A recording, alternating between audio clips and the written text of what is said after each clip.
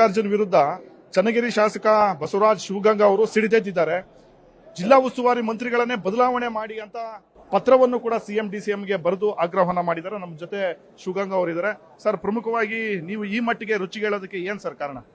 ಅವರು ಹೊಂದಾಣಿಕೆ ರಾಜಕೀಯ ಮಾಡ್ತಾರೆ. ಬಿಜೆಪಿ JDS ಜೊತೆ ಹೊಂದಾಣಿಕೆ ರಾಜಕೀಯ ಮಾಡ್ತಾರೆ. ಆ ಹೊಂದಾಣಿಕೆ ರಾಜಕೀಯ ನಮಗೆಲ್ಲ ಬರಲ್ಲ. ಯಾಕಂದ್ರೆ ನಾವೆಲ್ಲ ಕಾಂಗ್ರೆಸ್ ಸಿದ್ಧಾಂತದಡಿ ಕೆಲಸ ಮಾಡಿರೋರು.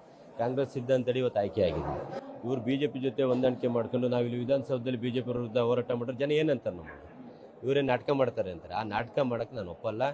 ಈ ಕೂಡಲೇ ಅವ್ರು ಏನು ಬಿಜೆಪಿ ಜೊತೆ ಹೊಂದಾಣಿಕೆ ಮಾಡಿದ್ರೆ ದಾಖಲೆ ಕೊಡ್ತೀನಿ.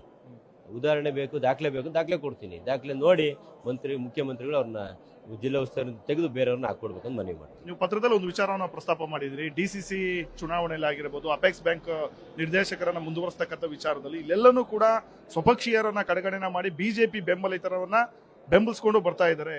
ಮೂಲ ಕಾಂಗ್ರೆಸ್ಸಿಗರನ್ನ ತುಳಿತಿದ್ದಾರೆ ಅನ್ನೋ ಒಂದು ಆರೋಪ ನಿಮಗೆ. 100% ಸತ್ಯ. ಯಾಕಪ್ಪ ಅಂದ್ರೆ ಮೊನ್ನೆ ರೀಸೆಂಟ್ DCC ಬ್ಯಾಂಕ್ ಚುನಾವಣೆ ನಡೀತು ನಮ್ದು ಚನ್ನಗಿರಿ ವಿಧಾನಸಭಾ ಕ್ಷೇತ್ರದಲ್ಲಿ. ಅಲ್ಲಿ ಸ್ವಾಮಿ ಅಂತ ಅಭ್ಯರ್ಥಿ, ಬಿಜೆಪಿ ಬೆಂಬಲಿತ ಅಭ್ಯರ್ಥಿ, ಈ ಹಿಂದೆನೂ ಅವರ ಬೆಂಬಲಿತವಾಗಿ ಗೆದ್ದಿದ್ದ. ಜೊತೆಗೆ ಅಪೆಕ್ಸ್ ಬ್ಯಾಂಕಿನ ನಾಮಿನಿ ನಿರ್ದೇಶನಕ್ಕೂ ಹೋಗಿದ್ದಾನೆ. ಈ ಗೆದ್ದಂಥ ಸಂದರ್ಭ ನಮ್ಮ ಪಕ್ಷ ಆಡಳಿತದಲ್ಲಿದೆ.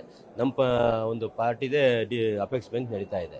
ಇಂಥ ಒಂದು ಸಂದರ್ಭದಲ್ಲಿ ಅಪೆಕ್ಸ್ ಬ್ಯಾಂಕಿಗೆ ನಮ್ಮ ಪಾರ್ಟಿ, ಉದಾಹರಣೆಗೆ ನಮ್ಮ ಶಾಂತನಗೌಡರು 3 ಬಾರಿ MLA, ಅವ್ರಿಗೆ ಬೋರ್ಡ್ ಚೇರ್ಮನ್ ಕೊಟ್ಟಿಲ್ಲ, ಮಂತ್ರಿ ಸ್ಥಾನನೂ ಕೊಟ್ಟಿಲ್ಲ. ಅವ್ರ ಮಗನೂ ಒಬ್ಬ DCC ಬ್ಯಾಂಕ್ ಅವ್ರ ಜೊತೆ ಗೆದ್ದಿರೋಂಥ ನಿರ್ದೇಶಕ. ಆತನ್ನ ಮಾಡ್ರಿ ಅಂತ ಅವ್ರು ಹೋಗಿ ಮನವಿ ಮಾಡಿದ್ರು ಸಹ ಇಲ್ಲಿವರೆಗೂ ಅವ್ರಿಗೆ ಕೇರ್ ಮಾಡಿದ್ರು. ಸುಮಾರು 6 ತಿಂಗಳು ವರ್ಷ ಆಗಕ್ಕೆ ಬಂತು ಚುನಾವಣೆ ನಡೆದು. ಎಲ್ಲದೂ ಕೈ ಮೀರಿದ ಮೇಲೆ ಇವರು ಹೊಂದಾಣಿಕೆ ರಾಜಕೀಯ ನಾವು ಅಂತಂದ್ರೆ ಪಕ್ಷಕ್ಕೆ ಹಿನ್ನಡೆ ಆಗ್ತದೆ.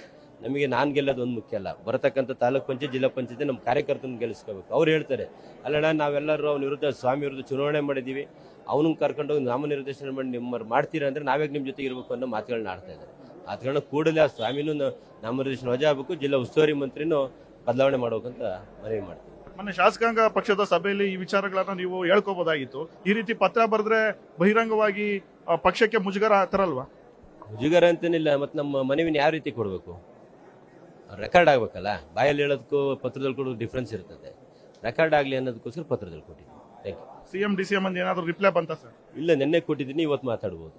Thank you. ಒಂದು ವೇಳೆ ನೀವು ನಿಮ್ಮ ಬೇಡಿಕೆ ಈಡೇರಿಸಿಲ್ಲ ಅಂದ್ರೆ? ಈ ಬೇಡಿಕೆ ಅಲ್ಲ, ಇದು ಹಕ್ಕು. ಬೇಡಿಕೆ ಅಲ್ಲ, ಇದು ಹಕ್ಕು. ಪಕ್ಷ ವಿರೋಧಿಗಳನ್ನ ಕಿತ್ತಾಕ ನಮ್ಮ ಹಕ್ಕು. ಪಕ್ಷ ಹೊಂದಾಣಿಕೆ ರಾಜಕೀಯ ಮಾಡೋರನ್ನ ತೆಗಿಬೇಕು ಅನ್ನೋದು ನನ್ನ ಹಕ್ಕು. ನಾನು ಹೇಳಿದ್ದೀನಿ, ಕೇಳಿದ್ದೀನಿ, ಅವ್ರು ಮಾಡ್ತಾರೆ. ಮೊದಲಿಂದಲೂ ಕೂಡ ಜಿಲ್ಲಾ ಉಸ್ತುವಾರಿಗಳು ಸಚಿವರ ಪ್ರಮುಖವಾಗಿ ಕ್ಷೇತ್ರದ ಶಾಸಕರನ್ನು ವಿಶ್ವಾಸಕ್ಕೆ ತೆಗೆದುಕೊಳ್ತಾ ಇಲ್ಲ ಅನ್ನೋ ಆರೋಪಗಳಿತ್ತು. ಈಗ ಎಲ್ಲವೂ ಕೂಡ ಬಹಿರಂಗ ಆಗಿದೆ. ಸತ್ಯ ಆಯ್ತಲ್ಲ, ನಂತರನೇ ಸತ್ಯ ಆಗಿದೆ. ನೀವೊಬ್ರು ಈ ರೀತಿ ಬಹಿರಂಗವಾಗಿ ಹೇಳಿಕೆ ಕೊಡ್ತಾ ಇದ್ದೀವಿ. ಈ ರೀತಿ ಬೇರೆ ಬೇರೆ ಕಡೆ ಕೂಡ ನಡೀತಾ ಇದೆಯಾ ಸರ್? ನಾನು ಬೇರೆ ಜಿಲ್ಲೆ ಹೇಳಿದ್ರೆ ನಮ್ಮ ಜಿಲ್ಲೆಯಲ್ಲಂತ ಈ ವ್ಯವಸ್ಥೆ ಇದೆ, ಅದನ್ನು ತಿಳಿಸಿದ್ದೀನಿ. ಜಿಲ್ಲಾ ಉಸ್ತುವಾರಿ ಮಂತ್ರಿಗಳನ್ನ ಬದಲಾವಣೆ ಮಾಡಿದ್ರೆ ಎಲ್ಲ ಸರಿ ಹೋಗ್ಬಿಡುತ್ತೆ. 100ಕ್ಕೆ 100 ಸರಿ ಆಗ್ತದೆ. ಪಕ್ಷ ಒಳ್ಳೆ ಸ್ಟ್ರಾಂಗ್ ಆಗ್ತದೆ. ನಮ್ಮ ಕಾಂಗ್ರೆಸ್ನ ಭದ್ರಾಕೋಟೆ ತೆಗಿರಿ, ಹಿಸ್ಟ್ರಿ ತೆಗಿರಿ. ಕಾಂಗ್ರೆಸ್ನ ಭದ್ರಾಕೋಟೆ, ಆ ಭದ್ರಾಕೋಟೆನ ಹಾಳು ಮಾಡಿದ್ದೆ SS ಮಲ್ಲಿಕಾರ್ಜುನ್. ನಾವೆಲ್ಲ ಹೋಗಿ ಮಲ್ಲಿಕಾರ್ಜುನ್ ಅವ್ರ ಹತ್ರ ಮಾತಾಡ್ಬೋದಾಗಿತ್ತು. ಕೇಳಿಸ್ಕೊಳ್ಳೋ ಒಂದು ಸಮಾಧಾನ ಇಲ್ಲ ಅವ್ರ ಹತ್ರ. ನನಗೆ ಗೊತ್ತಿದೆ ಹೋಗ್ರಿ ಅನ್ನೋ ಒಂದು ಉತ್ತರಕ್ಕೆ ಕೊಟ್ಟಿದ್ದಾರೆ. ಅದು ಬಿಡಿ, ಅವ್ರ ವಿಷಯ ಬೇಡ. ನಮಗೆ ಮನವಿ ಮಾಡೋದೇನಿದ್ರು ನಮ್ಮ ಹೈಕಮಾಂಡ್, ಮುಖ್ಯಮಂತ್ರಿಗಳಿದ್ರು, ಉಪಮುಖ್ಯಮಂತ್ರಿಗಳಿದ್ರು, ಅವ್ರ ಹತ್ರ ಮಾತಾಡ್ತಾರೆ. ಇದು ಬಸವರಾಜ್ ಶಿವಗಂಗಾ ಅವರ ಮಾತು. ಕ್ಯಾಮ್ರಾ ಪರ್ಸನ್ ಪ್ರಶಾಂತ್ ಜೊತೆ ಆನಂದ್ ನಂದಗುಡಿ, ಪವರ್ ಟಿವಿ.